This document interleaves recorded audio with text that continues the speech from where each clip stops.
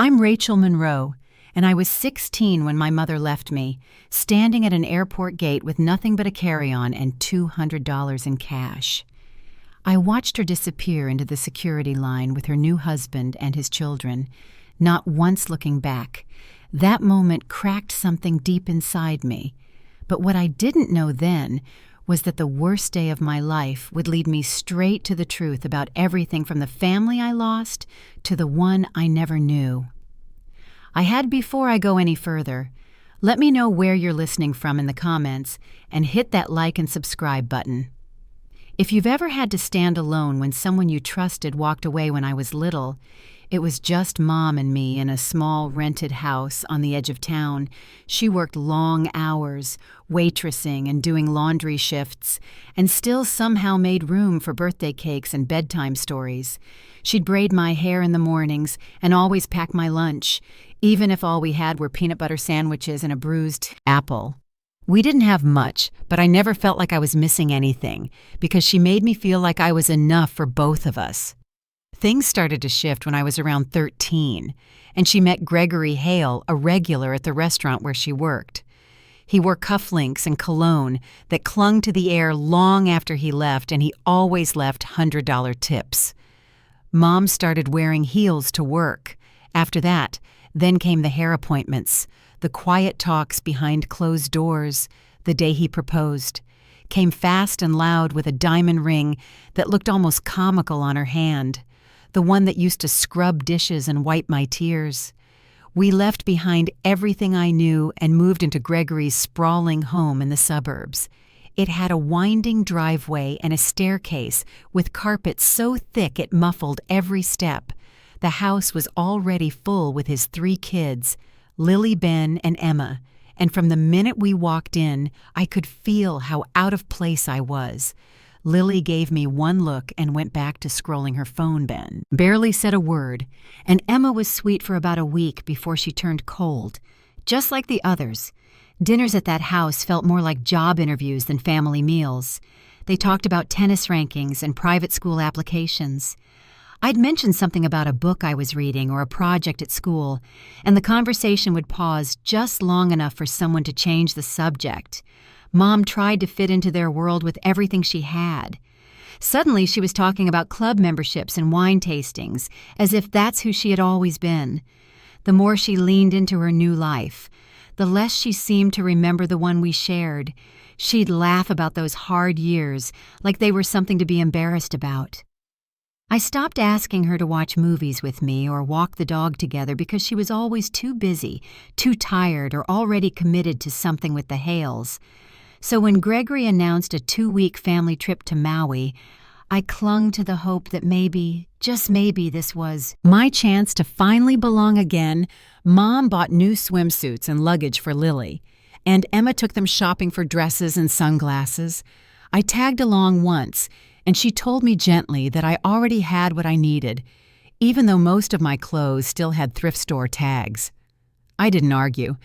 I just nodded and saved up my babysitting money to buy a suit on my own. A few days before the flight, I passed by their bedroom and heard Gregory ask if everything was arranged for Rachel, and my mother's soft response, "Don't worry, she won't be a problem." It should have set off alarms in my head, but I didn't want to believe what it sounded like on the morning of the trip. I packed my bag like everyone else watched as passports were checked. Boarding passes printed and luggage wheeled through the terminal at the check-in desk. Gregory handed the airline employee 5 passports, not 6, one by one. Each family member received their boarding pass.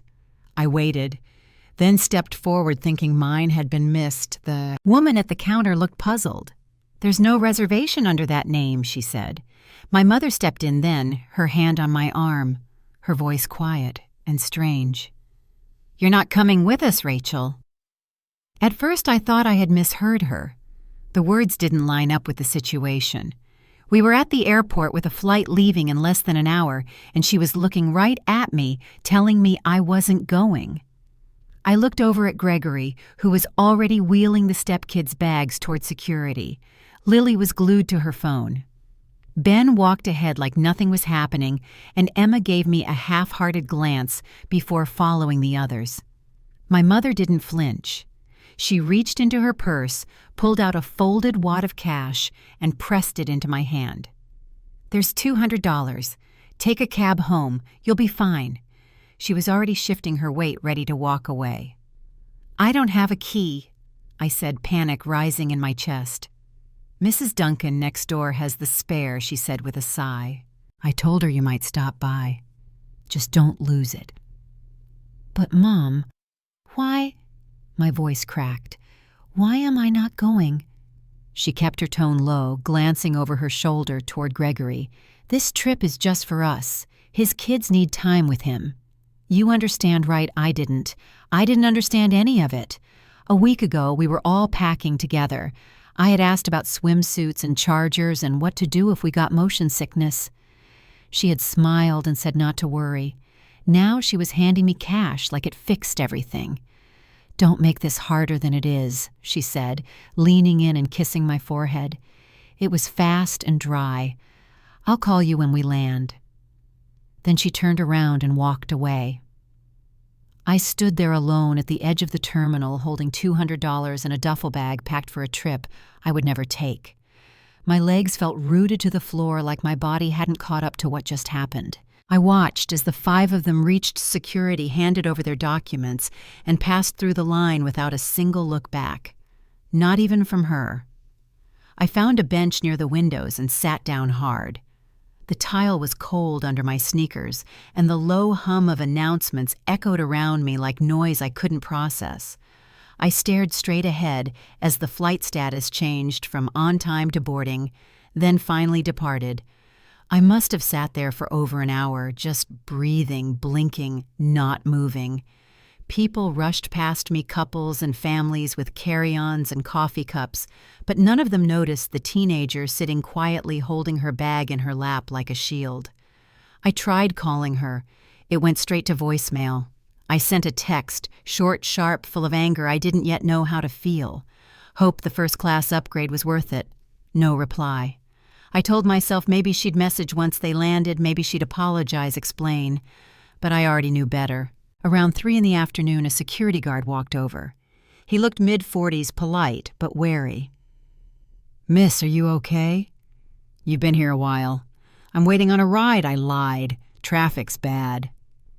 He nodded like he didn't believe me, but he didn't push it. "Just keep your bag close, all right?" I thanked him. As soon as he walked off, I got up and moved again, this time to the food court. I bought a small soda just to have something in front of me and sat at a table pretending to scroll my phone. I didn't know what else to do. I didn't want to go home. I didn't want to call anyone. I didn't want to feel how I was feeling. At some point, the sun started going down. The airport grew quieter. Shops closed one by one, their gates rolling down with metallic clanks that echoed in my chest. I ended up at a little diner near the far terminal, just looking for a place to charge my phone. A woman behind the counter. Her name tag said, "Gloria brought me a side of fries and a chocolate milkshake without asking."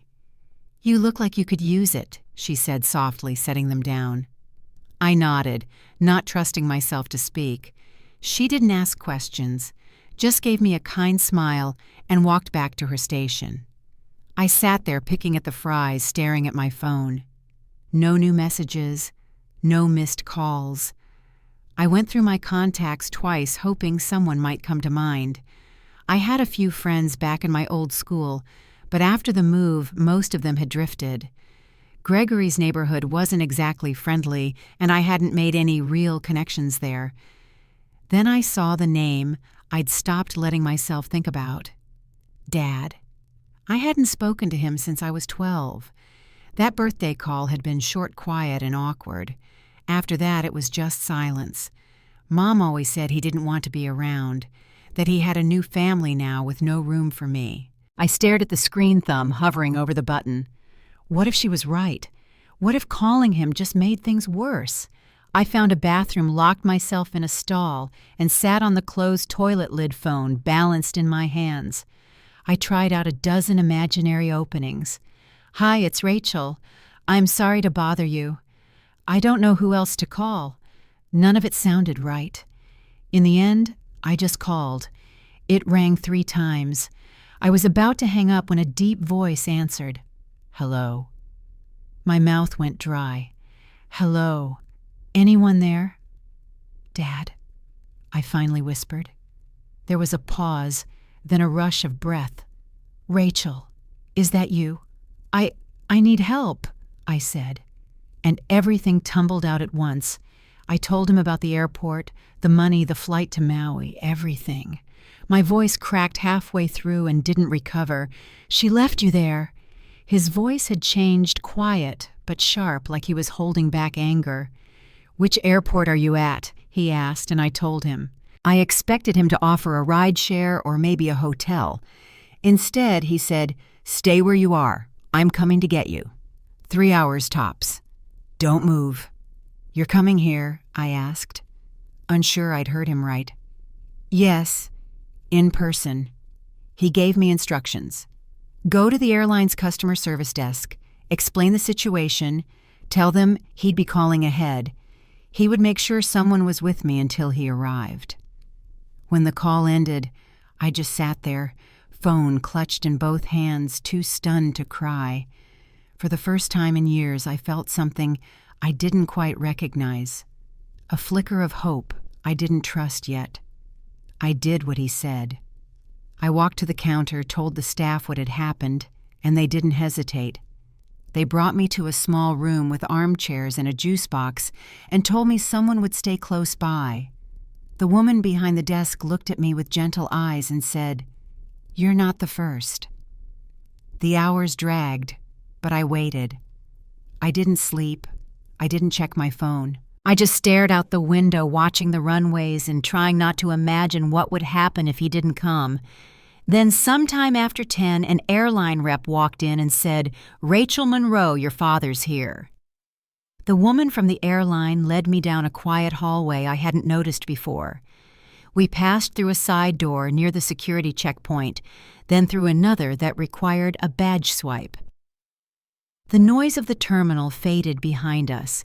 She didn't say much, just walked with steady steps and gave a soft, "He's waiting," as we reached a pair of glass doors. Outside, a sleek private jet sat on the tarmac. A man in a dark suit was already coming down the stairs. He looked different than I remembered, taller maybe, or just older. His hair was darker when I was a kid. Now it was streaked with silver around the ears. But when he saw me, and his eyes crinkled with that same soft crease at the corners, something familiar landed hard in my chest. We stood there a second too long, just staring. Then he took a step forward and stopped. "Rachel," he said, voice thick but steady. I can't believe it's really you. I didn't move right away. Part of me wanted to close the distance, but another part held back. He must have noticed. He kept his hands at his sides. "I'm so sorry," he said quietly, "for everything, for not being there, for not fighting harder." The words didn't fix anything, but they cracked the wall I'd been holding up since the moment Mom walked away. I nodded slowly, blinking fast. "She told me you didn't want to see me anymore," I said, "that you had a new family." His face changed. Not angry, just hurt. That was never true, not for a second. He opened his arms gently, leaving the decision to me. This time I stepped forward. The hug wasn't dramatic or perfect. It was just warm, real. I didn't even realize I was crying until I felt my shoulders shake against his chest. When we finally pulled apart, he kept one arm around me and nodded toward the plane. "Let's get you out of here. We'll talk in the air." Inside, everything was quiet and polished.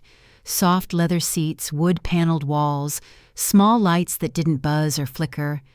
A flight attendant greeted us, offered drinks, and quietly gave us space. I took the seat across from him, still not sure what to say. He sat forward slightly. "Rachel, I need you to know. I've been trying. For years. I've sent cards, gifts called. When your mom remarried, she cut everything off. I couldn't find your new address. Every time I filed something with the court, it got delayed or dismissed. I sat still, letting the words land one by one. "I thought you didn't care," I said, finally. "We barely had food some weeks. She said you never helped." He reached down, opened his briefcase, and pulled out a folder. "I don't want to overwhelm you, but you deserve to see this." Inside were copies of checks, certified letters, court documents, and printed emails. All organized, all dated. It was too much to process in one glance, but I saw my name on envelopes. I saw stamps and signatures. There were cards still sealed in their original packaging. I've been sending money every month since the divorce, more than the court required. I just thought it was reaching you. His voice stayed calm, but there was pain in it. I leaned back and stared at the ceiling. The cheap groceries, the secondhand clothes, the excuses. "We were always broke," I said quietly. "She said you barely sent anything." I didn't know he said. I swear. We flew through clouds while the conversation filled the cabin. He told me about his company, how it grew from a startup to something larger than he ever expected. How he never remarried, never stopped checking the school directories hoping I'd pop up. "I kept your room ready," he added with a quiet smile. "Just in case." I didn't know what to say to that. The plane touched down just outside Seattle. A driver met us at the private hangar. We drove through winding roads that curved upward each turn, revealing another view of the water below. His home sat on a hill above the cliffs. A mix of stone and glass modern, but not cold. "This is home," he said, almost shy. A woman greeted us at the door. "Linda," he introduced. "My assistant. She helps set things up." "I've got the blue room ready," she said with a kind smile. "Fresh towels, groceries stocked, and the security team knows she's authorized now." He thanked her, then led me through the house. The rooms were wide and bright sunlight spilling over clean floors and high ceilings. Everything felt still but not empty. When we reached the guest room, I stopped at the doorway. It wasn't just clean and pretty, it was thoughtful. Soft blue walls, wide windows with ocean views, a desk with a lamp, a reading chair tucked in the corner. But what caught my eye was the dresser. Lined up neatly were wrapped gifts still in their original paper, some faded at the edges. Next to them sat a photo album. I stepped closer. "Are these birthday presents?" he said. "And Christmas. Every year since I lost track of you." I couldn't bring myself to stop. I opened the album. Inside were photos, school portraits. I didn't remember him having a newspaper clipping from an award in 6th grade. A grainy photo of me walking out of school. "You really tried," I said. "Every single day," he replied. That night we ordered dinner from a nearby place and ate on the back deck overlooking the water. The air smelled like salt and pine, and for the first time in a long while, I let my shoulders drop. Before bed, I stood at the window and looked out into the dark. The lights from houses below flickered like quiet reminders. I didn't know what the next day would bring, but for the first time I wasn't bracing for the worst. And somewhere between the hush of the waves and the rustle of the wind through the trees, I felt something shift. Not everything was healed. Not yet. But something had started. The next morning sunlight poured through the tall windows, casting long stripes across the pale carpet. I sat up slowly, unsure where I was for a moment. Then it all came back: the airport, the plane, the quiet dinner with my father, and the bedroom with the wrapped gifts still lined up on the dresser. For a long time, I just sat there listening to the sound of waves hitting the rocks below. When I came downstairs, he was already in the kitchen, trying to flip pancakes that didn't look quite right. He turned when he heard me, spatula in one hand, smile in the other. "Morning," he said. "They look terrible, but they're edible. Mostly." I laughed a little and sat at the counter. "I remember you used to burn the edges," I said, "and put chocolate chips in the middle." His face lit up. "You remembered that." We ate together at the island, just the two of us, the ocean visible beyond the glass wall behind him. The pancakes were uneven, but they tasted like something familiar, something steady. After breakfast, he gave me a proper tour of the house. The home office faced the water, the shelves lined with books and framed patents. The theater room downstairs had cozy chairs and a popcorn machine. Outside, a narrow path led down to a strip of private beach, still damp from the morning tide. Back inside, he paused near the living room. "There's someone I'd like you to meet today," he said carefully. "Only if you're up for it." An hour later, I sat across from a woman in a soft gray suit. Her name was Judith Bennett. She looked to be in her early 50s and carried a quiet confidence. "It's good to meet you, Rachel," she said, her voice steady but kind. "Your father brought me on because we need to establish some legal protections for you." She explained that my mother's decision to leave me at the airport could be considered abandonment under state law. There were also concerns about how child support funds had been handled. "I want to be clear," she said, leaning forward slightly. "None of this is about revenge. It's about safety and giving you a say in where you live from here." I didn't know how to respond at first. The word custody felt heavy, like something other people dealt with. "Can I really choose?" I asked. "You're 16, Judith replied. "In this state, the court will take your wishes seriously, especially with the circumstances involved. My father didn't pressure me. He just looked over gently and said, 'This is your call. I'm ready to do whatever you want. But it's up to you.'" I nodded. "I want to stay." After she left, he brought me into his office and opened a drawer full of carefully organized folders. Inside were records, copies of every letter he'd sent to my mother, notes from phone calls. She never returned emails to schools I had attended. One of them had the timestamp from my old middle school with a note saying undeliverable address. "She threatened to take legal action if I kept trying to contact you directly," he said quietly. He showed me the letter from her attorney. It accused him of harassment, of causing me emotional distress. That wasn't true, he added, but it was enough to slow everything down. The more I read, the heavier it got. Petition after petition, all denied or ignored. Every document filled in a blank I didn't know I'd been carrying. I looked up. Why would she do this? He paused for a long moment.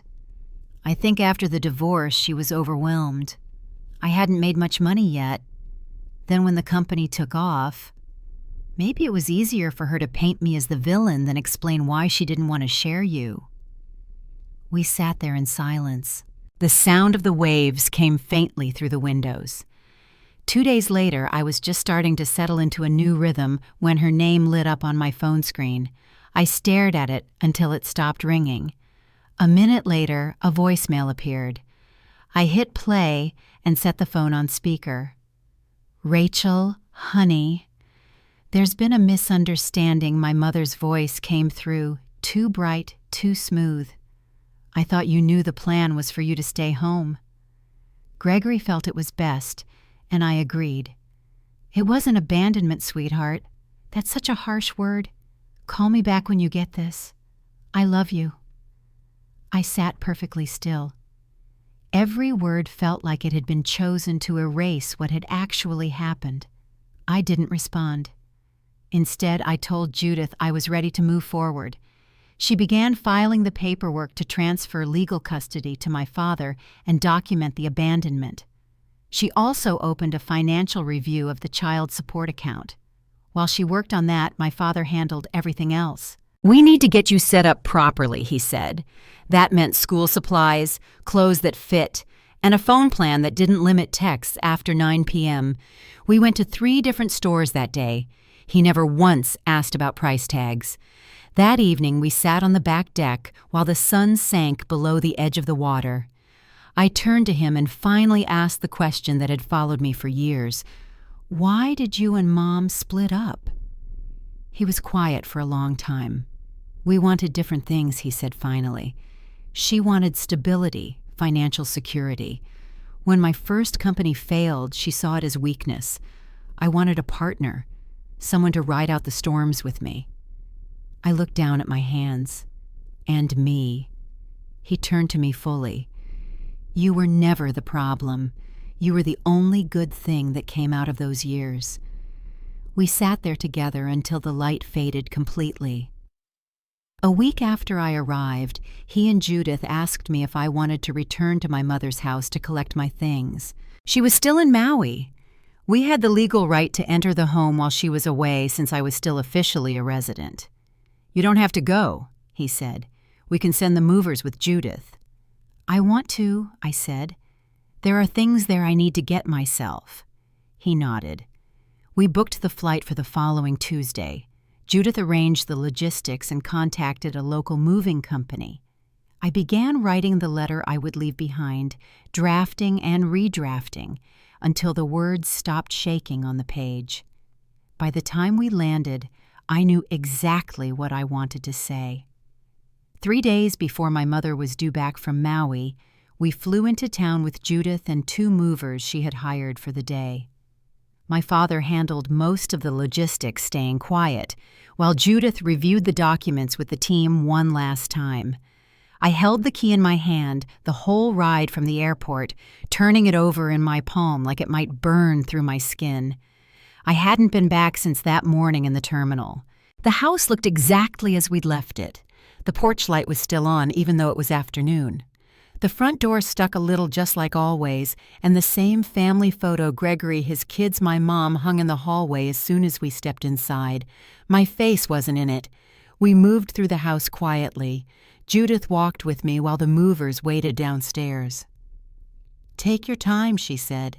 This is your space. You decide what stays and what goes. I led them upstairs to my room, the smallest bedroom tucked at the very end of the hallway, farthest from the master's suite. I opened the door and stood for a moment taking it in. The bed was still made. The books on my shelf were exactly where I'd left them. But the room looked smaller now, like it had never really belonged to me. "This was your room?" my father asked, stepping in behind me. I nodded. Yeah. He scanned the space slowly, his eyes resting on the plain desk, the closet doors that never quite shut right, the nightstand I had painted myself when I was 12. "No, Rachel," he said gently.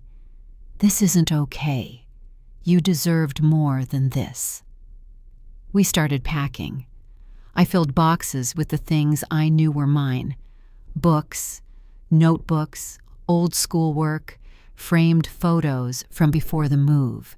I left anything that had been given to me by Gregory or his kids. There wasn't much. In the back of my desk drawer, I found a small box I hadn't touched in years. It held a folded birthday card from when I was 7, a dried daisy I pressed in 4th grade, and a tiny teddy bear my dad had given me just before the divorce.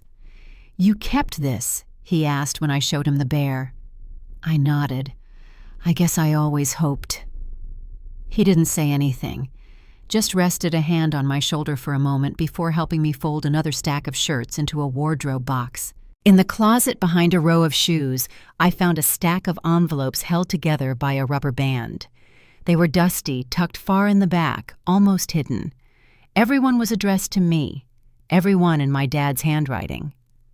I sat on the edge of the bed and opened the top envelope. It was a birthday card for my 13th. Inside was a message in his voice, along with a gift card that had never been used. I opened another. Christmas. Then another, just a letter telling me about his move to Seattle and how much he hoped I'd visit someday. "She kept all of these from me," I said quietly, my hands trembling. My father sat beside me watching as I opened envelope after envelope. "I sent them," he said softly. "Every one." I nodded, unable to speak. I didn't open them all. I didn't have to. The weight of the unopened ones said enough.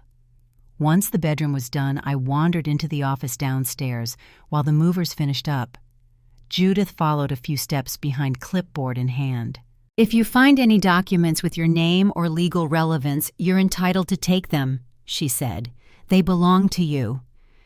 I started flipping through the filing cabinet mostly to keep my hands busy, but in a folder labeled divorce, I found copies of court documents, bank records, and legal letters. One statement showed a deposit from my father every single month for over 5 years, far more than my mother had ever claimed. Another file held transcripts of court motions, all requesting visitation, all contested, all denied. Then I found a draft email written to her attorney. It was dated just before she married Gregory. The wording was clinical. She described me as a complication and suggested strategies to reduce my father's presence to avoid conflict within the new family unit. I stood there holding the paper, not moving. I think I'm ready to write the letter now, I said. Judith gave me a small nod and left me alone. I sat at the bare desk where I used to do homework and pulled out the sheet I had folded into my backpack. I smoothed it flat and began writing. Dear Mom, I started slowly trying to find the right balance between clarity and restraint. I told her I knew about the hidden letters, the truth about the money. I told her I had seen the paperwork and the photos, that I understood what she had done fully, finally. I said I wasn't leaving to punish her. I was leaving because I deserved more than what she had chosen to give. I didn't sign it with love. I didn't sign it with anger. I just signed it Rachel. I placed the letter on top of the stripped mattress. Then I added the house key next to it. We left the house before sunset. The truck was already loaded. I didn't look back when I closed the door. In the car, my father glanced over. All done, I nodded. He didn't press me for details. The ride back to the airport was quiet. The sun dipped below the hills as the city lights started to glow in the distance. I leaned my head against the window and closed my eyes. I didn't feel lighter, not yet. But something had shifted. For the first time in a long time, the story was starting to feel like it belonged to me again. We were home less than 48 hours when the first message came through. It was from my mother, then another, then 5 more, one after the other. She had landed, the resort was behind her, and now her focus was entirely on the fact that I was gone. The messages started with confusion. Where are you? Why is your room empty? Call me. Then came the ones written in all caps. This isn't funny. Answer me now. I didn't reply. I showed them to my dad and Judith, who told me not to engage until we had next steps filed. By the end of the day, she had called over a dozen times. She left voicemails that bounced from angry to weepy and back again. One even ended with, "After all I've done for you." Judith advised us to document everything just in case. Then early the next afternoon, the security gate buzzed. We checked the camera and saw her car, same SUV I'd ridden in for school pickups and silent drives home. She was alone, but she leaned on the horn twice before pressing the intercom. "You don't have to let her in," my father said, watching the screen. I know I answered, but I want to. He nodded once. Judith should be here. Within 15 minutes, we had everyone gathered in the living room. My mother looked polished as ever, sundress sunglasses on her head hair, styled like she'd just come from a salon. But her face was strained, her smile too tight. "Rachel," she said the moment the door opened, taking a step toward me. "Thank God, you scared me half to death." I didn't move. She lowered her arms. "What is going on? Why are you here? Why did you leave? You abandoned me at the airport," I said. "That's why." She blinked fast. "It was 2 weeks. You knew we had the trip planned. We talked about this." "No, we didn't," I said. "You told me I was going. Then you changed your mind without telling me." Judith stepped in calmly. "We'd like to have this conversation inside with everyone present." My mother hesitated, then followed us into the living room. Her eyes scanned the space, taking in the house, the ceilings, the view, the quiet luxury. She turned back to me, her expression shifting. "So this is what this is really about," she said. "He offered you a rich girl fantasy, and you took it." "That's not why I'm here." She crossed her arms. "Then why?" "Because I found the letters I said. The ones Dad sent me. The ones you hid. I found the bank statements, too. And the court documents. You lied to me." Her face changed. "You went through my private things. They were addressed to me," I said. "They were mine." "You're 16, she snapped. "Everything in that house was mine, including your mail." My father stayed quiet until then, but now he sat forward. "Karen, you didn't just keep Rachel from me. You erased me from her life." She looked at him jaw tight. "You don't know what it was like raising her alone while you were off becoming a millionaire." "I sent child support. More than I was required to," he said. "You told her I didn't. She was fed. She had a roof over her head. And she was left at an airport," Judith said, her tone firm but even. "With no arrangements made, no adult present. That is what we are discussing today." My mother looked down, then back up. "You're twisting this. It wasn't abandonment. It was an opportunity. Rachel needs to learn independence. You gave me $200 and left me without a key," I said. "You didn't answer my calls. You didn't answer my texts. That's not how I remember it." Judith opened the folder she had brought. "We have texts. We have the flight itinerary. We have a witness statement from the airline staff. And we have security footage from the terminal. If this needs to become a court matter, we're prepared." My mother's face went pale. "You're trying to build a case against me. You want to take my daughter and throw me in jail?" "This isn't about punishment," Judith said. "It's about ensuring Rachel's well-being and honoring her right to choose where she feels safe." For the first time, my mother's voice cracked. "Rachel, please, I made a mistake. I know I did.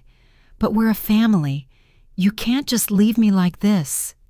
"You left me first," I said. "At the airport, in every way that mattered." She tried to speak, then stopped. Her eyes darted between us. Finally, she said quietly, "Gregory didn't want you to come. He said the resort was for adults and his kids. I didn't want to fight him.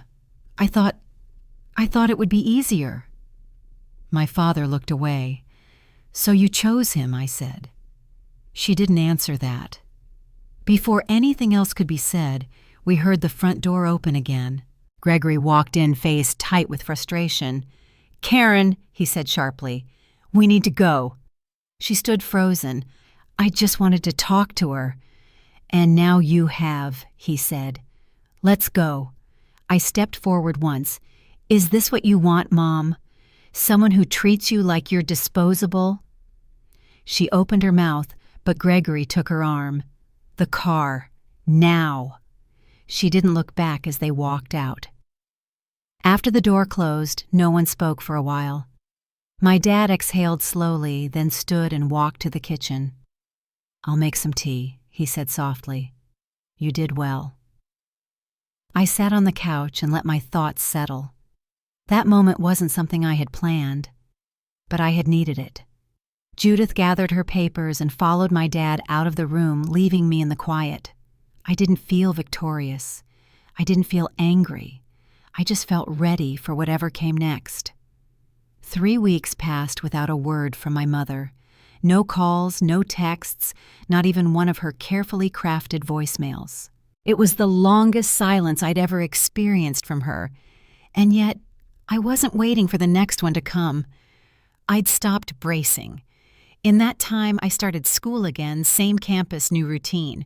My father insisted on driving me the first few mornings, but by the second week I was taking the bus like before. Judith bought me a few new things, nothing flashy, just things that felt like mine. Comfortable jeans, a raincoat, a spiral notebook with wildflowers on the cover. One evening after dinner, Dad asked me to sit at the dining table. Judith was there too. She had a stack of folders and a small manila envelope. "I know you're still settling in," he said, "but there are a few things we wanted to talk through with you." I looked between them. "Okay." Judith opened the envelope and slid a document across the table. This is a revised guardianship form. It states that you're residing here by choice. It doesn't sever parental rights, but it gives your father full custodial responsibility until you're 18. I read it once slowly. Then I looked up. What happens if I sign it? Then if your mother challenges your stay, we have legal ground to protect it, Dad said. You won't be forced to return. I nodded. And if I don't sign it, we'll still support you, Judith said. But it may be harder to prove your wishes in court. I picked up the pen. When I handed the signed form back, my father placed it carefully into the folder. Then he reached for a second one. This one's different, he said. It's about the trust. I froze. The what? He smiled gently. When you were born, I set up a trust in your name. Your mom knew about it. It was always intended for college or whatever future you wanted. I thought she said you never sent anything. He gave a small, quiet sigh. I sent everything through the attorney. All the records are intact. The trust matured last year. It's yours now. I opened the folder. There were pages of account statements, distributions, accrued interest. The number on the last page made my chest tighten. Is this real? Yes, he said. And it's not a trap. No conditions, no expectations. But we wanted you to know this belongs to you. It always did. I couldn't speak right away. My fingers hovered over the paper, like touching it might break the moment. Judith waited a beat, then said gently, There's one more thing. She took out a key and laid it beside the folder. It was small and gold with a tag that read Blue Barn. We got you a studio space, she said. It's in the garden shed behind the house. We cleared it out, painted the walls, and added a lock. You can make it whatever you want. Art, writing, music. I felt the tears before I could stop them. That night I sat alone in the little shed with the door open and the breeze drifting through. There was a rug on the floor and a small lamp in the corner. A beanbag chair sat under the window. The space wasn't big, but it was mine. I had never known this kind of quiet before, not the kind that felt peaceful. A few days later, I was in the kitchen making tea when Judith handed me an envelope with my name written in cursive across the front. It came in today's mail, she said. I recognized the handwriting immediately. I brought it to the shed and opened it there. The letter was 2 pages folded neatly. Her tone was careful, almost rehearsed. She wrote that she hoped I was doing well, that she had made mistakes, and that she missed me. She didn't ask me to come back, but she did ask if we could meet for lunch. She even listed the cafe, the one near the park with the metal chairs and the chalkboard menu, the same place where she used to correct my posture and order for me without asking. I folded the letter and set it on the shelf. I didn't respond that day, or the next. But one morning I woke up early, dressed in something simple, and caught the bus downtown. When I walked into the cafe, she was already seated. She stood quickly when she saw me. "You came," she said. I nodded and sat across from her. For a while we didn't say much. She looked older than I remembered. Maybe it was the lighting. I didn't expect a letter, I finally said. I didn't know what else would get through. I nodded. "Well, I got it." She exhaled slowly. "Rachel, I don't know how to fix this. I don't know if I even deserve to." I didn't rush to answer. I watched the steam rise from my cup. "I don't want to fight anymore," I said, "but I'm not coming back." She nodded. "I figured." "I'm not angry," I said, "but I need to be where people see me, not just tolerate me." She swallowed hard, then reached into her purse and placed something on the table. It was my old school photo, the one she used to keep on the fridge. "I don't have any pictures of you from the last year," she said quietly. "Could you send me one?" I met her eyes. "Maybe." We finished our tea in silence. When I stood to leave, she didn't try to hug me. She just said, "Thank you for coming."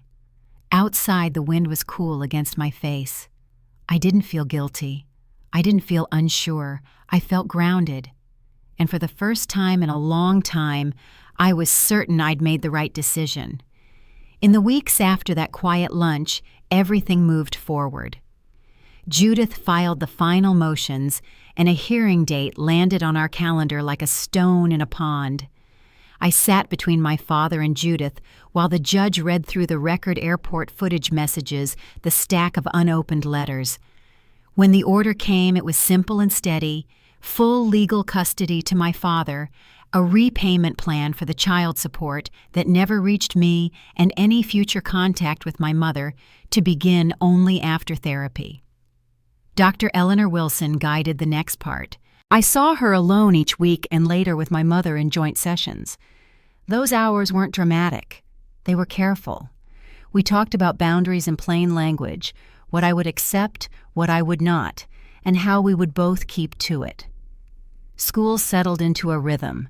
I woke before sunrise, took the bus most days, and spent afternoons in the little studio behind the house. I painted a wall the color of sea glass and taped class notes above the desk. Some nights my father worked late in his office light spilling into the yard, and I would carry 2 mugs of tea out to the deck so we could sit without filling the silence. My mother kept to the terms. She wrote instead of calling, and when we met, it was in public places with clear start and end times. She never argued the schedule. She didn't rewrite the past in those meetings, which helped. Sometimes she asked about classes or the studio, and I answered what I could answer. It wasn't easy, but it felt honest. Spring brought small milestones that stacked up like stones in a path.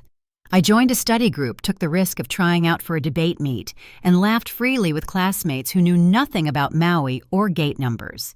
My father cheered in the back row of a school auditorium, clapping too loudly when my name was called. On the ride home, we didn't say much. We didn't need to. 2 years later, I crossed a stage in a blue cap and gown. My father stood when they read my name. My mother sat 3 rows behind him, hands folded, careful with her eyes. After the ceremony, she waited by the fence and asked for a photo. We kept it simple: 2 smiles, a little distance, no pretend closeness. Later that night, I slid the print into the back of my album. It belonged to the story, even if it wasn't the whole story. College took me across the country. Judith helped with the paperwork, and Linda, my father's steady right hand, boxed up the studio supplies with more care than any moving company would. Before I left, my father placed a small envelope on the kitchen counter. Inside was a note and a key to the Blue Barn, just in case I ever wanted to come home between semesters. I tucked it into my wallet and kept it there. Time did what time does. My mother and I continued therapy for a while, then less often. We had good days and quiet ones, and a few that ended early. She learned to ask instead of assume. I learned that forgiveness can be a choice you make more than once, and that it doesn't erase the need for a firm door that locks from the inside. If I had to name the turning point, it wasn't the court order or the studio, or even graduation. It was the night I realized I didn't wake up rehearsing old scenes anymore. Justice had arrived in practical ways. Paper-signed money accounted for rules that held. Dignity came in the day-to-day making tea, catching a bus, choosing who stood close and who stayed at the fence. I know now that family is the people who keep showing up, especially when no one is watching. Kindness is not weakness. It's a boundary that stands without shouting, and resilience can be as quiet as breathing through a new morning and deciding to try again. Thank you for staying with me to the end. If any part of this sounds like your life, I hope you'll share a line or 2 below or pass this along to someone who needs a steady voice tonight. If you'd like more stories told this way, you're welcome to subscribe and keep me company next time.